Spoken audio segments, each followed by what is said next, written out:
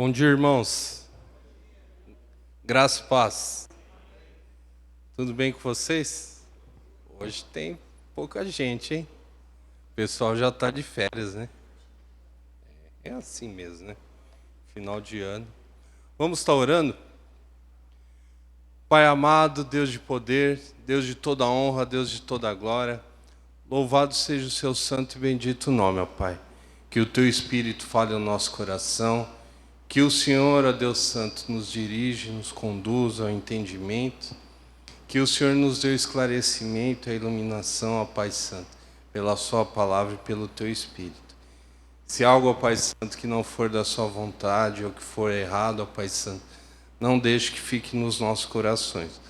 Mas tudo aquilo que vier do Senhor, que for conforme a sua palavra, possa prosperar cada vez mais no nosso coração, na nossa mente e na nossa vida. É o que eu te peço no nome de Jesus. Amém, Senhor. Muito bem. Então hoje nós vamos falar sobre o Natal, né? Nada mais apropriado, né? O Natal é um motivo a gente tem vários pontos de vista que fala sobre o Natal, não é? Se ele pode, se ele não pode, se a gente deve comemorar ou não deve comemorar. O que vocês acham, na opinião de vocês? Que a gente deve comemorar ou não deve comemorar? Lembre-se que vocês são presbiterianos e que está gravando. Então, assim que falar que alguém der opinião, vem o diácono dar o microfone para que grave o que vocês estão falando. Certo? Então, ó, começando aqui pelo presbítero. Bom, vou falar para tirar um pouco da pressão, né? Eu sou presbítero e eu acho que eu posso ajudar vocês, né? Acho que nós devemos comemorar, sim, o Natal, mas com real significado, que é o nascimento de Cristo, né? Acho que é um bom ponto de partida aí. O que mais? Sim ou não? Sim. Sim, em geral, né? Todo mundo fala sim, outros falam não. Pode falar, seu Jesus. Pode falar, né? Não da forma que estão comemorando por aí. E qual é a forma que puro comemora? consumismo. Puro consumismo, trocar presente, essas coisas. O fundamental é lembrar do nosso Criador, do nosso Redentor. Esse é o fundamental. Isso aí. Mas todo mundo gosta de presente, não gosta? Todo mundo, né? A gente fala assim, é consumismo. É consumismo. Mas a gente sempre faz um amigo secreto, ou se o marido não der um presentinho para a mulher, ela fica meio brava. As crianças esperam, né? Todo mundo espera um presentinho, mesmo sabendo que não tem nada a ver com o Natal, né? Mas vamos lá, tem mais dúvida aqui, ó. Podemos ser árvore de Natal e outros símbolos? E aí? Sim ou não? Pode ver que a gente não tem árvore de Natal aqui, né? Tá escondida, né? Mas aí não tá na câmera, não tem problema, né? O que está escondido, né? Mas assim, pode ou não pode? Que é engraçado, né? Se pode, eu penso o seguinte, se pode, a gente coloca na nossa casa, por que não pode ter na igreja? Né? Por que a igreja... E aí, se você pesquisar em relação à igreja presbiteriana, você vai ver que tem uma série de recomendações. Os reformadores, tinha reformadores que achavam que não deveria ter o Natal, né, dessa forma, né, que a gente de comemorar. Outros também diziam que árvore de Natal de jeito nenhum. Isso aqui, então, não tem jeito. E esse ano ainda colocaram isso aqui, ó, que aí piora a nossa situação, né? Depois a gente tem que explicar por que colocou guirlanda na igreja. Olha lá o Roberval lá, ó. Continuando. Agora, o que é o Natal para vocês? Pode falar. Agora ficou fácil, né? Agora todo mundo vai falar o quê? A cartilha da Bíblia. Natal é o quê? Natal é o nascimento de Cristo, né? Natal é a salvação do mundo. E aí tudo que a gente já sabe e sempre a gente expõe na igreja. Mas veja só, que no Natal a gente parece que gera no nosso coração um sentimento de piedade, não gera? Pode ver. Todo mundo chega à época de Natal, o que a gente faz? A gente tem que ajudar pessoas, a gente tem um coração, né, um pouco mais, vamos dizer assim, amolecido, né? Jesus toca no nosso coração para quê? Para que a gente ajude o próximo. Geralmente, período de Natal, a gente tem esse tipo de pensamento também. É lógico, né? O ano inteiro a gente ajuda, a gente trabalha, mas o Natal a gente sabe que tem isso. Pode ver que é comum a gente fazer festa de criança, com as crianças sempre onde? Sempre final do ano, né? Não é verdade? A gente não pega assim um mês de abril, né? Vamos agosto, né? Agosto que ninguém gosta, né? Que é um mês longo, não tem feriado, e é o meu aniversário, né? Mas assim, pensa só, em agosto eu vou fazer uma festa das crianças. É difícil ter isso aí. Por quê? Porque parece que a nossa mentalidade ela já é conduzida para certo tipo de pensamento. Veja que a gente, querendo ou não, a gente é realmente conduzido a vários fatores que nos levam a tomar as decisões. E a gente nem presta atenção nisso. Então, o que a gente comemora? Podemos trocar o culto solene por encenações e apresentação? Sim ou não? Cadê as tias das crianças? Né? Estão lá atrás, né? Já viram muitas vezes que ao invés de ter o culto, você tem apresentação, você tem encenações, principalmente de crianças. Na igreja presbiteriana, isso não é permitido, né? Quando a gente vê lá as determinações do Supremo Concílio, vai ver que isso aí não é permitido. Assim como outras coisas também não é permitido. O culto solene, conforme o que a igreja determina, ele tem que acontecer o quê? Dessa forma litúrgica. Às vezes a gente coloca algumas coisas, por exemplo, uma cantata, um musical, mas aí isso não isenta que o pastor não tenha lá o momento de 10 a 15 minutos. Para quê? Para que ele traga realmente o que a palavra diz. Então veja só, um outro ponto que a gente tem pode trocar ou não pode trocar o culto? E pensando em tudo isso aqui, qual é o sentido do Natal para cada um de nós? O que a gente pensa em relação ao Natal? O Natal ele pode ser, por exemplo, igual algumas religiões que falam, olha, Natal é uma festa pagã e nessa festa esquece. Como é a origem pagã, isso aí não pode estar dentro da igreja. Certo? Daí a gente fala assim, tá bom, mas quando a gente vai num casamento, ou quando a gente casou, tem aí o quê? As alianças, né? Aonde que na Bíblia fala sobre colocar aliança no dedo anelar? Aonde fala? A origem disso qual que é?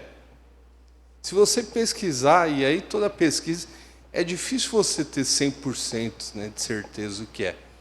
Mas acreditava-se, né, que existe uma veia que ela liga direto ao coração. E isso é o que? É um pensamento pagão, não é? Agora a gente usa e a gente às vezes nem pensa. Só que o Natal, como muitos dizem que tem uma origem pagã, aí isso não pode. Daí a gente vê que algumas coisas acabam não fazendo sentido. Ou, por exemplo, que a gente pega os filhos de Lameque, que eles vieram da descendência de Caim, e a gente vê que deles saíram instrumentos instrumentos musicais, vimos que instrumentos de corte, coisas que a gente usa também. Então a gente também não poderia usar, por quê? Porque não teve uma origem, vamos dizer assim, com o povo de Deus, né, lá na raiz, né? Pegar a genealogia e trazer para o povo de Deus raiz. Então veja que algumas coisas a gente pensa que é certo, outras coisas que não. Vocês já viram que quando tem a celebração da Páscoa, parece até que é um dia santo, não é? Daí o Natal é mais relaxado, não é? Não é assim que a gente pensa? Agora, a Páscoa é mais santa que o Natal? Sim ou não? A Páscoa é santa, dia santo? Qual é o dia santo do Senhor? Todo domingo. É isso aí. Só que nós temos o quê? As chamadas celebrações, que são as festas. Então, essas celebrações, tanto Natal como Páscoa, qual é o sentido que se tem de louvar e adorar o Senhor? É isso que a gente tem que pensar, não é? Qual é o sentido que se tem de fazer uma celebração do Senhor? É lógico que a gente vai ver que quando você faz o chamado sincretismo, né, que é pegar, principalmente quando você pega uma festa pagã, uma de cultura popular, e a gente acaba modificando e trazendo aí, deixando ela mais gospel, né? Não é? Daí a gente põe um gospel mais ou menos assim, festa junina, não, crente não tem isso não. Com a gente é o quê? É festa do milho, não é? E não é nem em junho, é em julho, não é? É assim, a gente faz isso, não tem jeito. Agora, por quê? Porque existe aí tanto um ranço popular, como também tem um ranço católico, que a gente fala, não, mas de jeito nenhum, eu não posso juntar a igreja, deixar que a igreja, uma igreja reformada, tenha aí alguma similaridade com o catolicismo, ou alguma outra cultura, ou alguma religião, outra religião. Então a gente pensa assim, e de certa forma não é tudo que é errado, está certo, a gente tem muitas coisas, tem que diferenciar. Mas a gente não pode também correr o risco de ter alguns lapsos, né, de hipocrisia, porque isso também não é correto. Então a gente tem que compreender, e aí entra o quê? Na racionalidade que a gente tem da nossa fé. A nossa fé não é uma fé racional? Sim ou não? Conforme o apóstolo Paulo não é?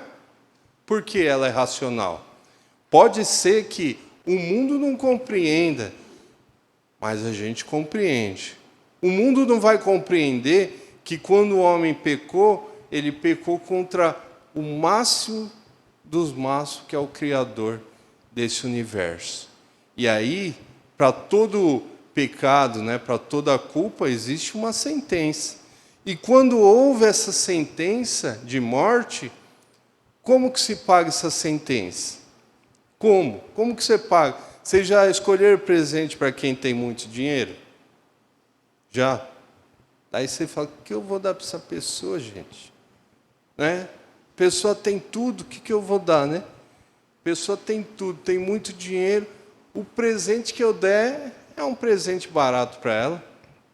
Pense que você tirou o Bill Gates com um amigo secreto, já pensou? O que você vai dar para ele? Um computador, né? O que você vai dar? Agora pensa o que seria pagar uma sentença para o Criador de todas as coisas. É difícil, só que existia a regra que é o quê? É necessário que se pague com sangue. Sangue de quem? Todo mundo é impuro, né? Bodes, ovelhas, novilhos, não é o suficiente para pagar essa culpa. E aí? Aí o próprio Deus chega e fala, está aqui, eu pago a culpa, eu vou pagar a conta. O próprio Deus, ele se faz carne para pagar a conta que é nossa.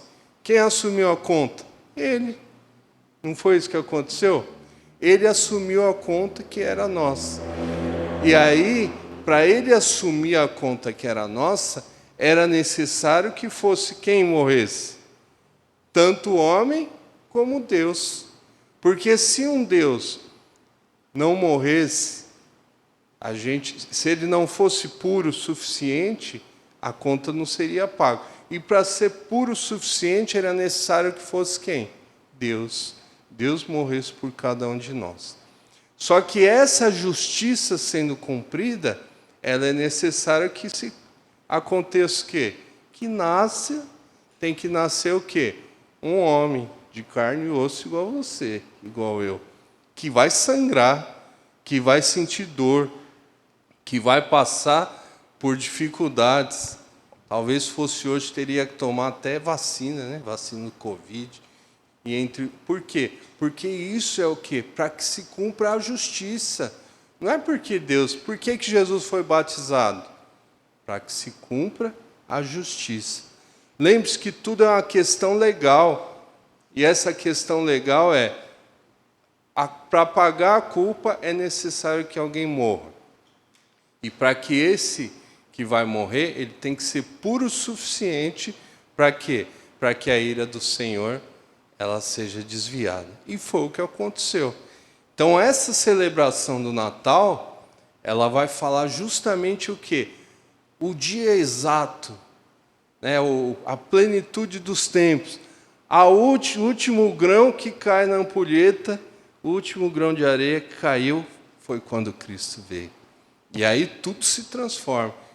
E é o que nós estamos estudando. Então, vamos voltar um pouquinho para a história, só para a gente entender um pouquinho mais essa confusão, né?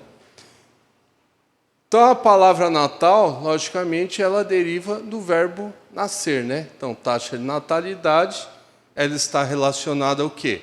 Ao nascimento. Conforme os historiadores e os teólogos, a data mais antiga de comemoração do Natal foi 354 depois de Cristo. Aí foi onde teve o registro. Até o século VI já existia uma comemoração na Palestina, né, Jerusalém, Palestina, existia uma comemoração que não era 25 de dezembro. Mas muito bem, então a gente percebe aqui, pelos relatos também, que no norte da África já se comemorava em 25 de dezembro.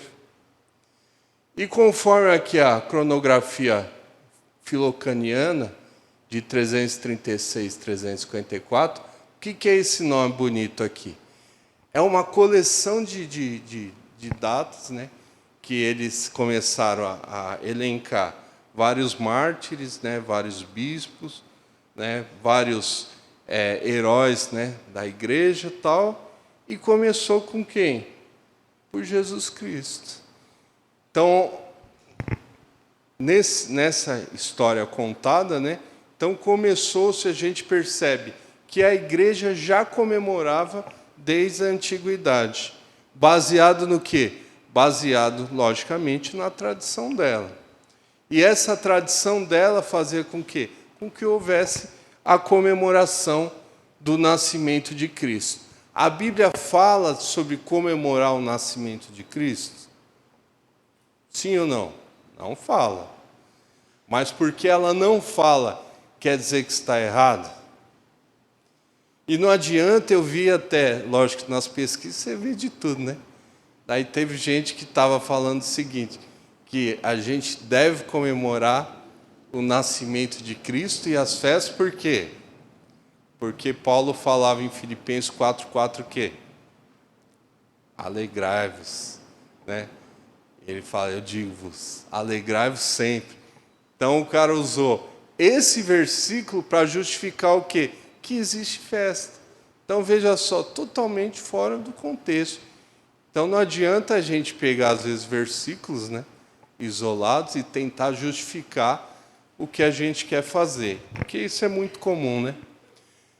Então olha só, existe aqui eu vou trazer, né, 3 possíveis teorias, mas eu já vi outras teorias também. Mas isso aqui é o quê? Para a gente compreender que não existe, na verdade, ninguém bate martelo. Ninguém vai falar, olha, ele nasceu no dia exato, ó, a comemoração tem que ser assim. Eu vi que tinha comemoração que Cristo nasceu em abril, Cristo nasceu em setembro. Cristo nasceu em janeiro. Uma coisa é certa, foi de janeiro a dezembro, né? Não é certo isso? Então, a primeira teoria aqui é a teoria chamada Teoria das Histórias da Religião. Essa aqui todo mundo conhece, né? Que é o quê? Sobre a origem. É uma origem pagã, né? Que era referente ao quê? Ao Deus Sol, né? Ou seja, Invicto Sol, né? Então, esse dia aqui que celebrava o quê? O Sol aparecendo no seu esplendor. Então, ele aparecendo, existia uma comemoração que dedicava esse dia para quê? Para o Deus Sol. E aí a gente vai ver que a igreja pegou e deu uma cristianizada nisso. Falando, não, chega desse negócio aí. Por quê? Porque existia pessoas que adoravam ao Deus Sol e foram se convertendo, né? E aí o que faz? Por quê? Porque lembre-se que a gente carrega também muito do quê? Muito da origem católica, entre outras coisas, a gente arrasta isso com a gente. Então as pessoas se convertiam. E quando se convertiam, elas vinham para o Senhor. Falavam, mas é legal essa festa. Daí decidiram fazer o quê? Decidiram, até mesmo para que pudesse melhorar, né, essa festividade, então criou-se o Dia do Senhor. E aí, a partir do século IV, né, com a consolidação do cristianismo, criou-se aqui o Natal do Senhor. Então, como não sabe-se, né, o dia certo que Jesus nasceu, então foi determinado isso aí e passou a vigorar onde? Passou a vigorar nos nossos calendários. Então, essa é uma das teorias e a mais divulgada, né? Acho que todo mundo que pesquisou um pouquinho vai chegar nessa teoria. Então, outra teoria que a gente tem é a chamada teoria do cálculo. O que é a teoria do cálculo? Foi, independente de ser uma festa pagã, né, fez-se um cálculo, né, interpretando algumas datas, e chegou-se na data aproximada também do dia 25. E aí a igreja comemora. Então, esse aqui é uma outra linha que ele fala assim, não tem nada a ver o dia 25 com festa pagã. Tem a ver com o quê? Com que pessoas, né, com que mestres, com que teólogos da igreja chegaram numa data estimada do dia 25 de dezembro. Muito bem. Outra teoria, que é uma mais recente, de 2007. Então, um austríaco, ele elaborou uma teoria falando o seguinte, olha, baseado nas peregrinações de Jerusalém, né, na Palestina, e devido eles também comemorarem no período de janeiro, ele diz, ele até falou que era mais certeiro, né? Que ele falou que a data que Jesus nasceu foi em 6 de janeiro. Pode falar.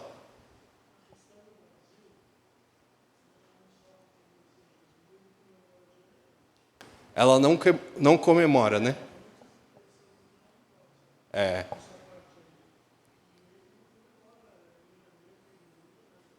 Eles não... Exato. Então, a gente tem assim, conforme o irmão falou, como não se tem realmente o dia correto, e a gente vê aí que um fala o seguinte, não, é uma festa pagã, o outro fala, não é uma festa pagã, é uma festa da igreja. E o outro vai falar, não é do dia 25, é no dia 6. Mas veja só, que ninguém ao certo vai falar, é esse o dia. E aí, talvez, né, pode ser até que o próprio Deus se encaminhou disso para quê? Para que não haja mesmo esse tipo de coisa. Por quê? Porque a gente vai ver que o dia do Senhor, o dia da adoração do Senhor, ele sempre tem que casar com o quê? Sempre com o mandamento que ele dá.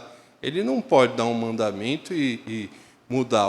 O dia do Senhor é este, né? E aí a igreja percebeu que depois da morte de Cristo e ressurreição, passou-se ao dia do Senhor, sendo o primeiro dia. E aí a própria Bíblia não pode falar, não, mas tem um dia mais santo que o dia santo, dia santíssimo, né? Então ele não pode criar isso. Então a gente percebe que a tradição, que a história, ela não vai casar e não vai falar. Então existe o quê? Existe datas que se coloca e instituiu-se que o quê? Dia 25 de dezembro é o dia da comemoração. E a gente carrega isso aí. Na Igreja do Oriente, principalmente na Rússia, ainda comemora dia 6 de janeiro. Então, assim, se você for para a Rússia, o seu Natal vai ser em 6 de janeiro. E os símbolos? Daí a gente tem os símbolos aqui, ó. O que é a árvore de Natal? É outra coisa incerta. Então a gente tem a árvore de Natal falando o seguinte, que ela é um símbolo de prosperidade, que estava presente em festivais religiosos, que povos nórdicos consideravam o pinheiro um símbolo de prosperidade. Por quê? Porque em meio a tanta neve, né, e isso até um pastor, um professor de seminário, o reverendo Daniel Santos, ele falou que quando ele passou uma temporada nos Estados Unidos, eles cortavam o pinheiro e disse que o pinheiro ele exalava um cheiro muito, muito bom, né? E era a única árvore que continuava verdinha em meio a tanta neve. Então lá se percebe que, até para a cultura americana, né, na região, se percebe que tem um sentido ainda. E ele falou que lá era muito comum, por quê? Porque é o sentido de que, em meio a tudo que parece que está acabado, vamos dizer assim, existe a vida que o Senhor faz brotar. Então veja só, que tem um sentido. Para nós aqui, quando você pega às vezes uma árvore que não é nem natural, a gente acaba copiando, né? Então, às vezes não faz tanto sentido. Daí nós temos aqui também uma outra história, que fala que Martinho Lutero, ele andava às vezes, né, pela neve, e ele percebia que naquele momento que a neve caía no pinheiro, ficava uma imagem muito boa, né? E vislumbrava o quê? A adoração ao Senhor com o quê? Com a beleza da criação. Daí você tem uma versão, né? Uma versão mais gospel. Então, quando você tem uma versão pagã, né? E aí muitos chamam até a árvore de Natal de poste ídolo, né? Por quê? Porque é um poste que adorava ao deus Odin e tal, e por aí vai. Então a gente tem uma versão que está relacionada à cultura pagã e uma versão que está relacionada diretamente com quem? Com a nossa origem reformada. Ok? Mas também não se sabe ao certo. Então, algumas coisas se sabe que tem mais firmeza, que é a Rainha Vitória, acabou popularizando aí, colocar a árvore de Natal. E aí a gente tem as guirlandas aqui, ó, que esse ano colocou-se aqui na igreja. Então, o que são as guirlandas? Então, remonta também à antiguidade. Elas representavam boas-vindas, né, e tinha aí a tradição de pendurar na porta da casa. Tinha gente até que não tinha um pensamento que quando vinha alguém na nossa casa que a gente não queria, colocava, acho que uma vassoura atrás da porta, né? Não tinha alguma coisa assim? Para ir embora lá. Você viu que elas conhecem também, né? Então, assim, a gente tem as coisas culturais, né? Que às vezes está relacionado a nada. Mais ou menos assim. A pessoa está muito nervosa, não, dá a ela um copo com água e açúcar, né? Isso é cientificamente... Isso aí não é crendice. Então, a gente tem as crendices que a gente... que é feita. As crendices, elas se tornam, não tem jeito, em coisas culturais. Como é o caso da guirlanda. Então, aí define-se que ela era um instrumento de colocar de uma forma de saudar, né, de boas-vindas. A gente tem também, pode ver que quando Maria ela visita Isabel, ela faz o quê? faz uma saudação. Então a gente tem culturas, e aí, logicamente, você vai falar assim, como Maria saudou Isabel, isso é de Deus, né? Pode. Mas se eu pendurar uma guirlanda, né, na minha porta, isso já não é de Deus. Então veja só que a gente tem alguns pensamentos assim. Daí a gente tem aqui a coroa do advento, que é uma guirlanda também, que tem as 4 velas. Eu não sei quantos de vocês aqui já participaram de igrejas que acendiam velas. Vocês já participaram? Olha lá, a igreja luterana fazia isso, né? Então, a igreja metodista também fazia isso. Então, oi? A IPI também. Então, você tem o quê? Você tem as velas do advento, né? Você vai a cada domingo e, inclusive, tem igreja que vinha um presbítero e a família dele acendia a vela. E aí vai até chegar a vela principal, que é o quê? Que é Cristo, né? Iluminando. Então, você tem uma história, tem até uma história bonita por trás disso. Ainda bem que, para nossa sorte, esse problema a gente descartou. Por quê? Porque o Supremo Concílio determinou que não pode ter vela na igreja presbiteriana. Olha que bom, né?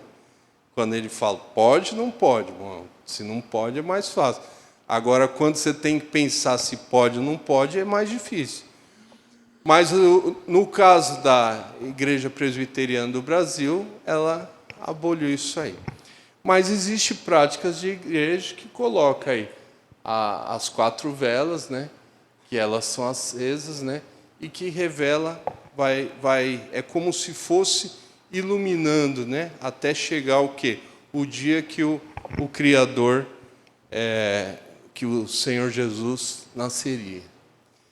E aí nós temos aí a história do Papai Noel, que também, Papai Noel para a gente talvez seja um pouco mais fácil, que ele é diretamente ligado ao santo, né, católico, que aí, historicamente, ele era, possivelmente, era um servo de Deus mesmo, né? Ele era um homem de Deus, né? Nicolau, ele fazia caridades e tal, e aí instituiu-se que ele, tempos depois, né?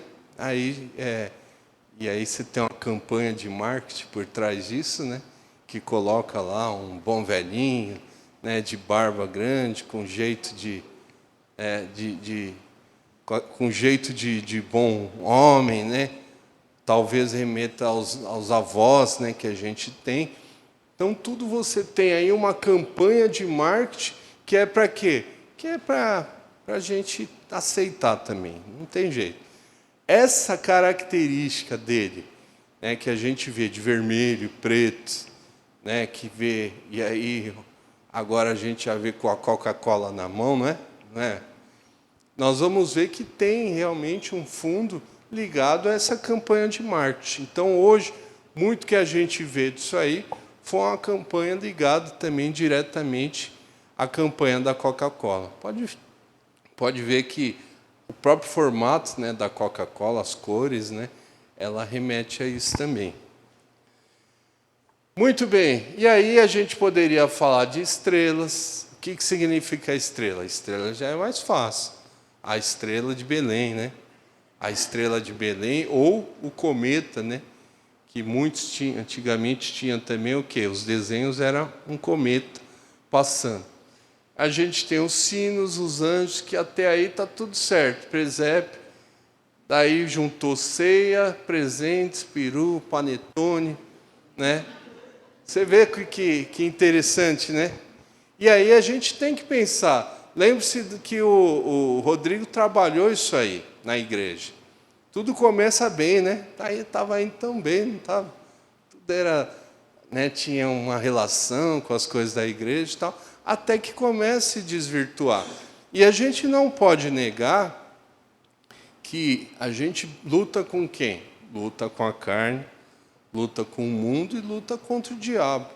A gente percebe que existe também, tudo vai começando bem, só que a gente vê em campanhas, né, vê em festa de Natal, toda a exposição do que significa o Natal relacionada à campanha de marketing, a consumismo.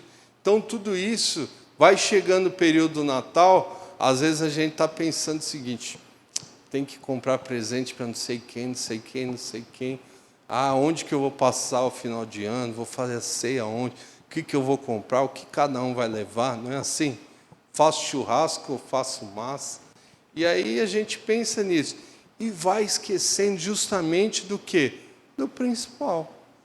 E qual é o principal? Vocês compreendem? Veja que tudo é para quê? Para que cada dia mais o Cristo que veio pagar a nossa dívida, muitos às vezes nem vai saber que é Cristo. Sabe que é Natal. Natal. Mas e aí, né? O que significa isso? Uma vez o pastor Russell Shedd falou que ele estava, acho que num avião, e ele conversando com um indiano num voo, não sei se era para Nova York, alguma coisa assim, mas era uma cidade grande. E aí ele falou o seguinte, que o cara não conhecia Jesus, nem sabia. Eu falei, quem é Jesus? Então pense, você está, né, com a tecnologia que a gente tem, no século que a gente está, né, que a gente daqui uns dias, quando a gente via desenho, né, da década de 80, era para a gente estar voando, né, hoje. Era para nosso carro estar voando, não a gente preso em trânsito. Mas veja só que com tudo isso, existe gente que não conhece Jesus. E está falando de onde? De grandes cidades do mundo. Por quê? Porque quando a gente vê tudo que o Rodrigo trouxe, acho que nas últimas 4 lições, ele está falando exatamente isso. Olha, tudo quer tirar o foco de quem é Cristo na sua vida. Sempre. Tudo quer tirar o foco de quem é Cristo para a humanidade. E é isso que acontece. Então, veja só. Se o Natal pode ter uma origem pagã, com data incerta, carregada de consumismo e simbologias, que pretende ofuscar o verdadeiro sentido do nascimento de Cristo, realmente devemos celebrar o Natal? Sim ou não? Agora tem, né? Já comprei os presentes, né? Agora você está falando tarde, né? Tinha que falar lá para outubro, né? Coisa assim. Vamos abrir a Bíblia em Lucas 2, 21 a 38.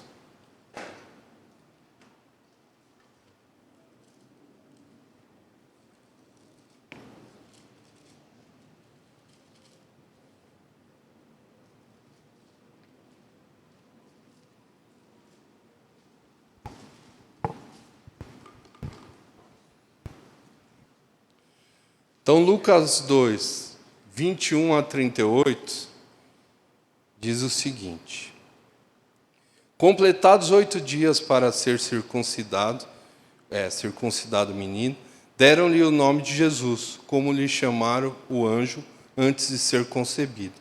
Passados os dias da purificação deles, segundo a lei de Moisés, para apresentarem ao Senhor, conforme o que está escrito na lei do Senhor: todo primogênito ao Senhor será consagrado, e para oferecer um sacrifício segundo o que está escrito na referida lei, 1 par de rolas ou 2 pombinhos. Havia em Jerusalém um homem chamado Simeão, homem este justo e piedoso, que esperava a consolação de Israel, e o Espírito Santo estava sobre ele. Revelara-lhe o Espírito Santo que não passaria pela morte antes de ver o Cristo do Senhor. Movido pelo Espírito, foi ao templo. E quando os pais trouxeram o menino Jesus para fazerem com ele o que a lei ordenara, Simeão tomou nos braços e louvou a Deus, dizendo: agora, Senhor, podes despedir em paz o teu servo, segundo a tua palavra, porque os meus olhos já viram a tua salvação, a qual preparaste diante de todos os povos, luz para a revelação aos gentios e para a glória do teu povo de Israel. Estavam o pai e a mãe do menino admirados do que dele se dizia. Simeão abençoou e disse a Maria, mãe do menino: eis que este menino está destinado tanto para a ruína como para levantamento de muitos em Israel, e para ser alvo de contradição. Também uma espada transpassará a tua própria alma, para que se manifeste os pensamentos de muitos corações. Havia uma profetisa chamada Ana, filha de Fanuel, da tribo de Aser, avançada em dias, que vivera com seu marido 7 anos desde que se casaram, e que era viúva de 84 anos. Esta não deixava o templo, mas adorava noite e dia, em jejuns e oração. E chegando naquela hora, dava graças a Deus e falava a respeito do menino a todos os que esperavam a redenção de Jerusalém. Olha que bonito esse trecho. Nós temos aqui um trecho que ele vai falar sobre o cumprimento da lei do Senhor, que foi o que a gente falou. O que é o cumprimento da lei do Senhor? O Senhor, desde lá de trás, ele falou o seguinte: olha, todo aquele que pecar morrerá. Só que ele faz também uma promessa, que é chamado proto-evangelho. Ele fala para a mulher, olha, ele dá a sentença e fala que haverá sempre uma briga, constante entre o filho da mulher, semente da serpente. Essa serpente vai fazer o quê? Vai morder o calcanhar. E a semente da mulher vai fazer o quê? Esmagar a cabeça da serpente. Então veja só, que o Cristo Jesus, ele representa a salvação do mundo, revelação aos gentios e a glória para Israel. Por que isso? Porque Cristo Jesus, ele veio salvar todos os deles, ele veio revelar-se a quem? Aos gentios. E quem são os gentios? Todo aquele que não era judeu. E ele fala também da glória para Israel. Por quê? Porque existia para Israel uma promessa, não existia?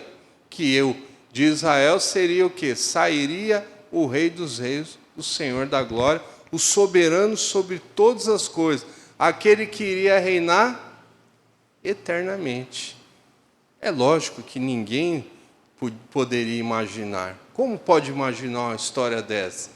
Como pode ser, sendo que um menino, ele nasce, e a gente vai ver que ele nasce e vai ficar onde? Numa manjedoura. Que ele nasce numa estrebaria. E aí esse menino, ele é anunciado aonde?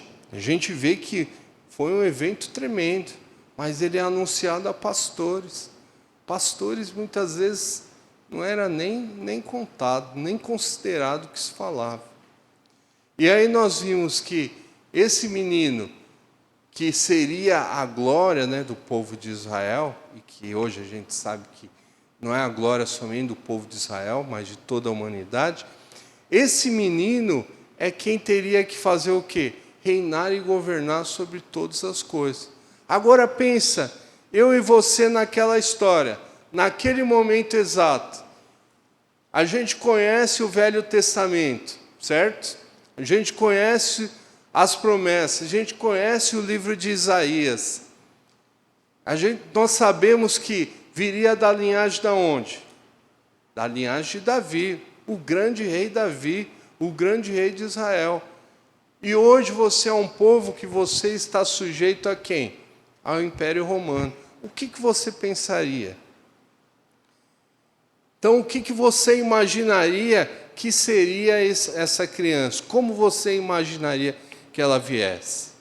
E aí, de repente, vem uma criança dessa forma. Muito bem. Então, essa salvação do mundo, talvez a gente olhando de uma outra perspectiva, talvez da história, a gente fala, ixi, de novo, não deu certo, não. A salvação não deu certo. Por que não deu certo? Porque sempre existiu essa grande expectativa. Mas a gente tem que o texto ele vai falar sobre o cumprimento da lei, sobre o cumprimento da promessa que o Senhor fez. O texto ele fala sobre a salvação, né, dos homens, sobre a salvação do mundo, sobre a luz que iria esclarecer e iria iluminar a mente e a vida dos gentios. O texto fala sobre a glória de Israel. Israel viria que a glória do Messias, né, a glória dos reis, ele viria de Israel. Nós vimos que esse menino estaria destinado tanto à ruína como ao levantamento, né? Ou seja, juízo e justiça sobre todas as coisas. E nós terminamos aí o texto com o quê? Com um testemunho de uma mulher sendo viúva. Imagine também uma mulher sendo viúva, o quanto era muitas vezes desprezada. E essa mulher dava glórias e anunciava a todos que esperavam a redenção. Então esse texto ele vai nos trazer, nos apontar para 3 pontos importantes. Então pensa agora comigo a grande expectativa que existia no coração de cada um, no coração de cada homem. Pensa no Velho Testamento. Pensa que a gente está vendo a história, né? Está acompanhando, de longe, mas está vendo. E aí quando o Senhor dá a sentença para a mulher, e aí ele fala para a mulher, né, sobre quem viria, né, que viria da semente dela, viria aquele que pisaria na cabeça de Satanás. E logo na sequência da história, Eva vai ter qual filho? Qual o filho de Eva? Qual? Caim, né? Caim. E a gente vai ver que ela vai até falar, né? Que o Senhor deu, né? Com esforço, né? Com muito esforço, o Senhor ajudou ela a ter.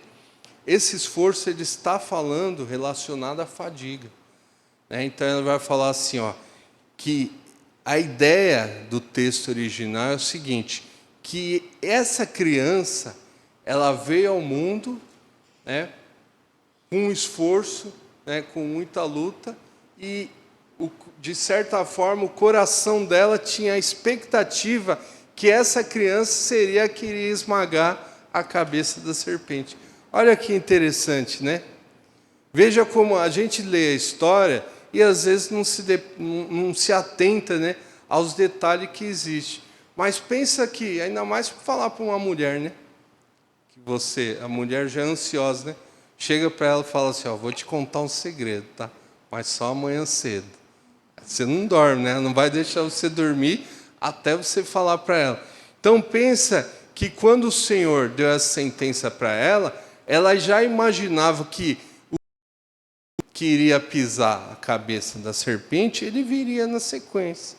E aí a gente vai ver que ela vai falar de certa forma assim, que em fadiga ela gerou o filho. E aí talvez ela falou, será que é esse? É esse que vai libertar, é esse que vai pisar? Daí a história continua. Nós vamos ver que Caim matou Abel, e aí a gente fala, e agora, né? Então não é nenhum desses dois, faz o X, não é mais esse. Continua a história. Daí nós vamos ver que na história Noé, também o pai dele vai falar alguma coisa similar, que está relacionada ao consolo das fadigas de uma terra amaldiçoada. E agora, será que é esse? Será que é esse que vai pisar na cabeça da serpente?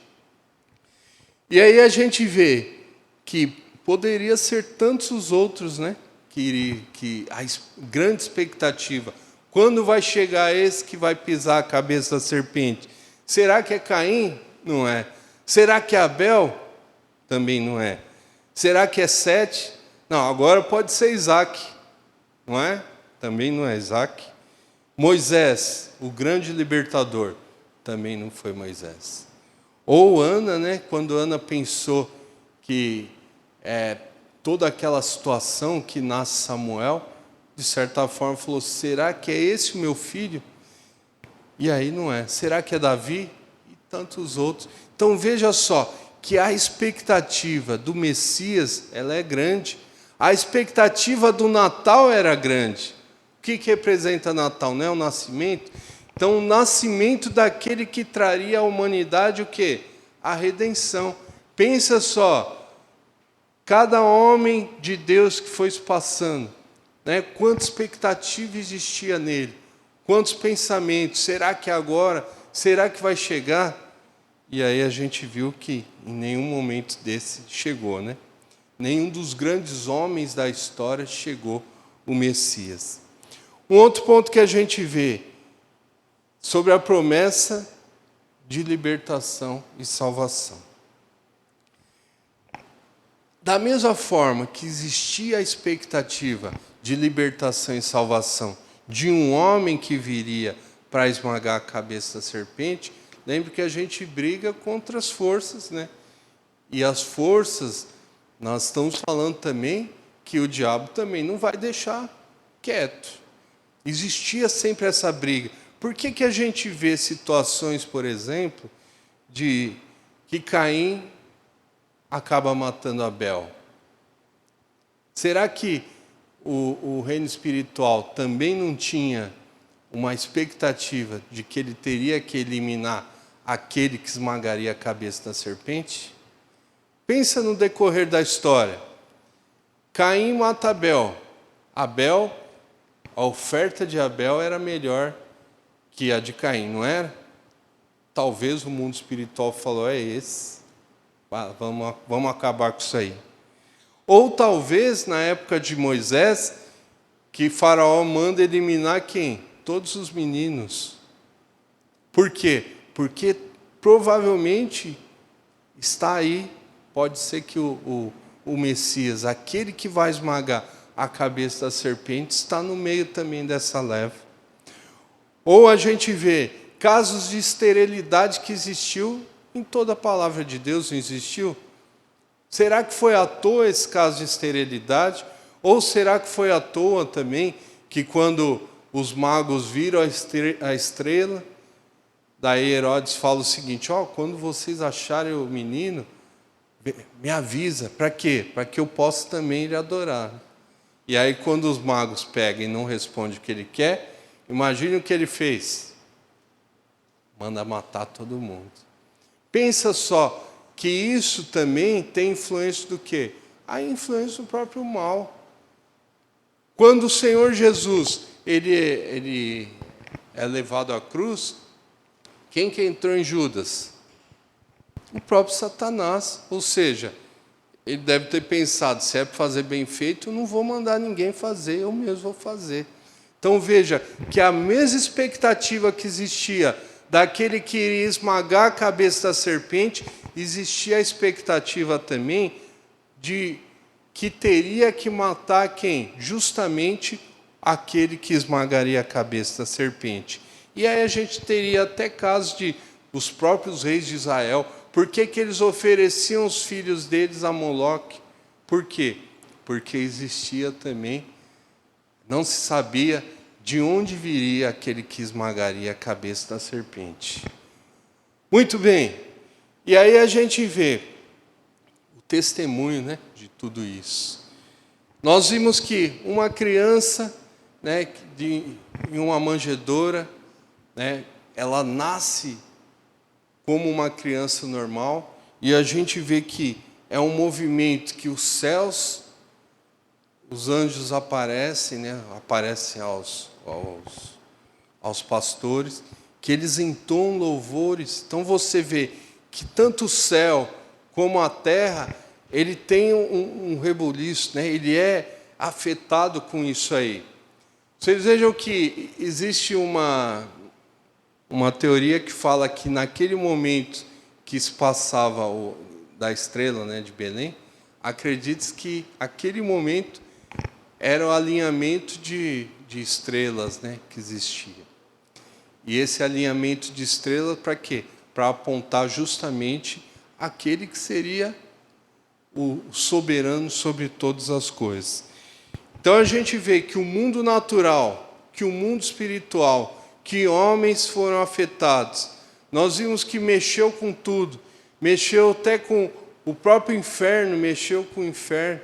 Ou seja, aquele que tinha que nascer para pagar a nossa dívida, ele movimentou tudo que podia movimentar. Por quê? Porque isso é um preço muito caro que teria que ser pago. Muito caro. E teria que ser um evento tremendo. Para quê? Porque era a salvação de cada um de nós. É uma salvação que às vezes a gente não compreende o que é. Diz que Billy Graham fala assim, que a salvação, logicamente, é graça e que ela é de graça.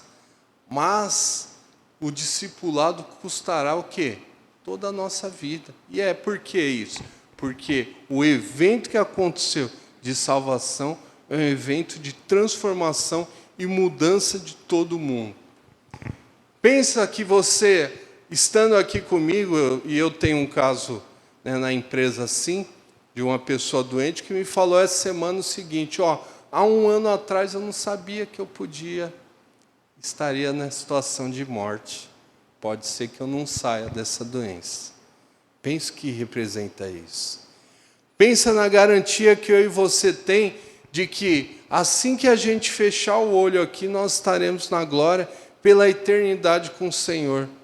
Pensa que a nossa celebração é justamente a celebração do quê? Dessa salvação sobre todas as coisas. Salvação de vida que o mundo não vai compreender, mas é a salvação de que aquele a quem nós pecamos, ele nos perdoou e nos levou para quê? Para o próprio reino dele. Essa é a glória, essa é a beleza do Evangelho, que faz com que eu e você esteja aqui, louvando e adorando ao Senhor. Faz com que os nossos corações estejam alegres, não por uma festa de Natal de final de ano, mas porque sabe que eu e você reconhecem que o Senhor Jesus nasceu nos nossos corações e vive nos nossos corações. E a Ele seja toda a honra e toda a glória. Então veja só, que esse Salvador, no tempo exato, ele chegou, ele cresceu no meio de nós, ele transformou as nossas vidas, ele mudou a nossa forma de pensar, ele nos deu direcionamento e ele a cada dia nos faz o quê? Crescer em santificação. Por que um irmão sai daqui e vai lá na Nova Zelândia pregar o Evangelho? E chega lá, ele toma café onde era uma igreja. Isso pode ser bom e pode não ser bom. Às vezes a gente olha a igreja e fala o seguinte, nossa, um templo tão bonito, né? Por que virou uma cafeteria? Só que a gente tem que se lembrar que aquele que morreu e ressuscitou, ele falou que iria transformar eu e você em quê? Em templos do Senhor. Talvez a igreja lá não esteja num templo. Deixa eu só ver que oração, né? Talvez a igreja, ela não esteja realmente num lugar físico, mas as igrejas dos irmãos estão formando a cada dia no coração de cada um de que escuta a palavra do Senhor. Então pensa que o que Cristo quer transformar, Ele não quer uma igreja bela simplesmente. Ele quer corações e vidas transformadas. E isso realmente é o sentido do Natal para as nossas vidas. O que o mundo tenta fazer? Mudar o sentido do Natal com esse consumismo e que leva para as nossas vidas, e querendo ou não, a gente pensa sim, muitas vezes, que o Natal é festividade, é alegria, é um coração piedoso, é uma festa, é montar árvore, é fazer amigo secreto. A gente pensa isso sim, não tem jeito. Por quê? Porque isso é constantemente na nossa cabeça. Mas o que a gente tem que ter certeza é que todos os dias a gente celebra o Senhor. Todos os domingos celebramos aquele que nos dá o quê? Nos dá a salvação, nos dá a vida eterna. Conforme João 1, de 12 a 14, ele vai falar o seguinte: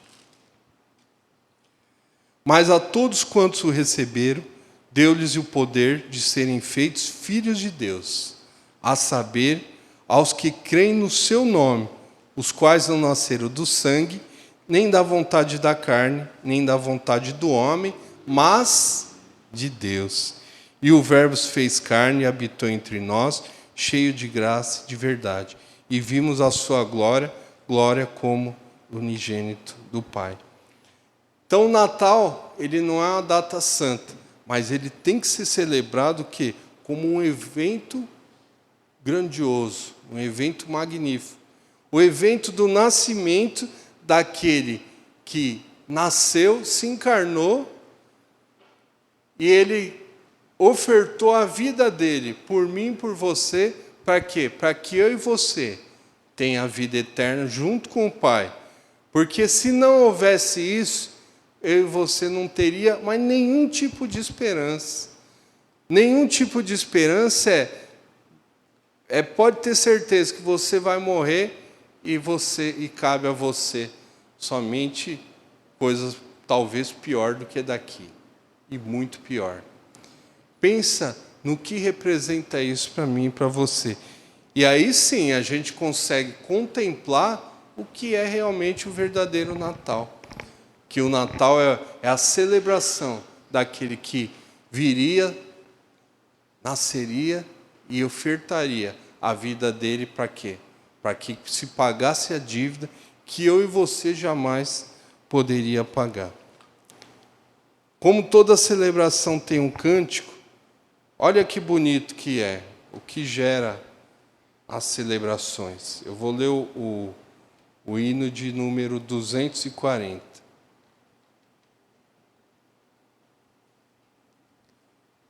Hino de número 240, que é o louvor angelical. Olha que bonito, olha a inspiração que Deus dá ao coração dos homens. Eis os anjos a harmonia, cantam glória ao Rei Jesus, paz aos homens, que alegria, paz com Deus em plena luz. Ouçam povos exultantes, ergam salmos triunfantes, aclamando seu Senhor. Nasce Cristo, o Redentor. Exultai, ó terra e céus, dando glória ao homem Deus. Cristo eternamente honrado, do seu trono se ausentou. E entre os homens encarnado, Deus conosco se mostrou. Com bondosa divindade, com gloriosa humanidade, salve Cristo Emmanuel, luz do mundo, Deus fiel. Cante o povo resgatado, glória ao príncipe da paz, Deus em Cristo revelado. Vida e luz ao mundo traz. Nasce a fim de renascermos. Vive para revivermos. Rei, profeta, intercessor. Louvem todos o Senhor. Esse hino, ele traz exatamente o Senhor. Ele traz que o Cristo, ele veio até nós, ele se encarnou, ele sofreu as nossas dores, ele se entregou, e a ele seja toda a honra e glória. E aí termina com os 3 ofícios dele: ofício de profeta, ofício de rei, ofício de sacerdote. Por quê? Porque cabe a ele a salvação plena de todos os homens. Então, irmãos, que nesse Natal a gente perceba o seguinte, que o nascimento de Cristo, além do grande evento que se tem, ele tem que ser um nascimento no meu e no seu coração de forma plena. Então a mensagem do Natal sempre é essa. Tudo que a gente viu aqui com relação à data, simbologia, tudo que a gente viu em relação a pontos que se coloca, a eventos, as celebrações, tudo isso aqui, ó, a grande maioria, se é pagão, se não é pagão, logicamente ele não tem assim, não tem influência propriamente dita a igreja. De que forma? Se você vai lá e faz uma árvore de Natal, logicamente você não está oferecendo sacrifício a nenhum Deus. Você está fazendo que é o quê? É uma forma de adornar, de lembrar, de festejar. Ok, você tem uma guirlanda. Existem coisas que não se pode colocar na igreja, por quê? Porque você tem um efeito didático. Você não vai colocar, por exemplo, pregar, ensinar, por exemplo, crianças sobre que não se deve adorar, a não ser ao Senhor, e colocar imagens que remetem ao que é a santos católicos. Então, são coisas que a gente tem que tomar cuidado. Ou, por exemplo, uma vez numa igreja, quando acendeu as velas, entrou uma pessoa e falou, nossa, aqui também acende vela. Então, são coisas, preocupações que a gente tem que ter. Agora, se isso faz diferença, é igual o Paulo fala, né? Fala, se é para escandalizar, não faz. Mas isso, muitas vezes, não faz nenhuma diferença. O que a gente tem que compreender é que, apesar de tudo isso, a maior celebração é Cristo nascendo no meu e no seu coração. Se Cristo não nascer no meu e no seu coração, não existe. A celebração de Natal é uma celebração do quê? É uma celebração como se fosse de morte. Você comemora o quê? Se Cristo não nasceu no seu coração? Nada. Você tem uma festa. Imagine uma festa a qualquer outra festa. A nossa celebração como cristão é saber que aquele que veio era aquele esperado. E o esperado sobre toda a humanidade, desde o começo lá, é o esperado. E é a mesma expectativa que a gente tem de saber que ele vai voltar e vai levar a igreja dele com ele. Isso é a maior glória. É motivo da gente celebrar e festejar todos os dias das nossas vidas. Por quê? Porque nós sabemos que esse rei revelado, esse rei que exaltado, é o rei que tem toda a autoridade e nos dá a vida eterna junto com ele. Amém? Vamos orar?